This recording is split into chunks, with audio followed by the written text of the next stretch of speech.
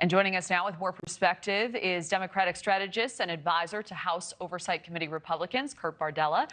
Kurt, it's always great to see you. So the big money in this deal is going to Ukraine. And the argument, or one of them from the other side, is that if we can't secure our own border, we're not primarily supporting our ally, Israel, this aid package isn't the right move. What do you make of those criticisms?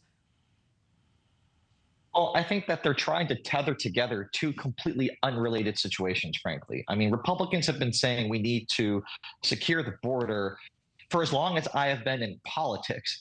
So that didn't seem to stop them from having no problem funding the wars in Afghanistan and Iraq. So I don't understand why now they're going to use that as a leverage point to try to in any way leverage the funding of the war in Ukraine as well as what's going on in Israel. I mean, at the end of the day, you're either for protecting our homeland and our American interests, and doing that means making sure that Ukrainians have the tools they need to win this war against Vladimir Putin, that the Israelis have the tools they need to beat back Hamas and ensure that that situation does not continue to deteriorate. It is in America's interest, our national security interest, to do those things. Tying that to border funding, tying that to IRS funding, like the Speaker has proposed doing, is just playing politics with our own national security. All right. So I think what has some eyebrows being raised here are the amounts that are heading to some specific areas. So I know when you spoke with Nichole a few days ago, you had mentioned this aid is urgent, and without a functioning Congress, we were without a Speaker of the House at the time. This is a good way to expedite those funds, lumping them together. Well, we now have a House Speaker, Mike Johnson. Does that change your view of how this funding should happen in any way?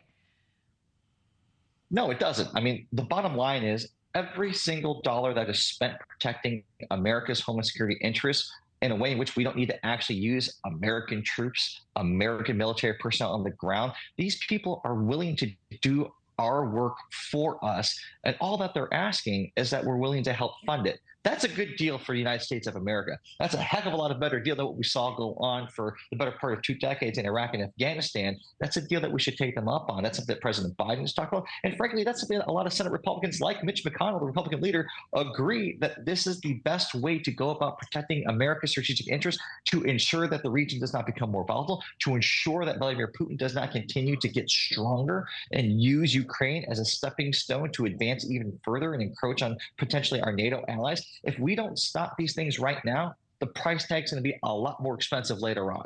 And I hear that argument, certainly. So to keep our ally Israel in the forefront, some senators like Josh Hawley, they've suggested greenlighting aid to Israel and having a debate about sending more funding to Ukraine. How do you interpret that suggestion?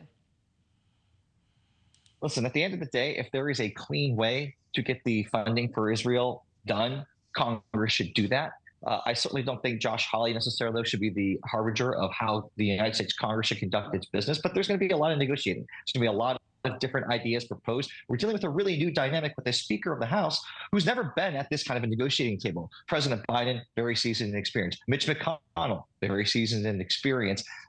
Speaker Johnson's kind of in a unique situation. And so I expect we're going to have a lot of different proposals thrown out there. And oh, by the way, we're doing this with the backdrop of the government potentially shutting down in like 20 days.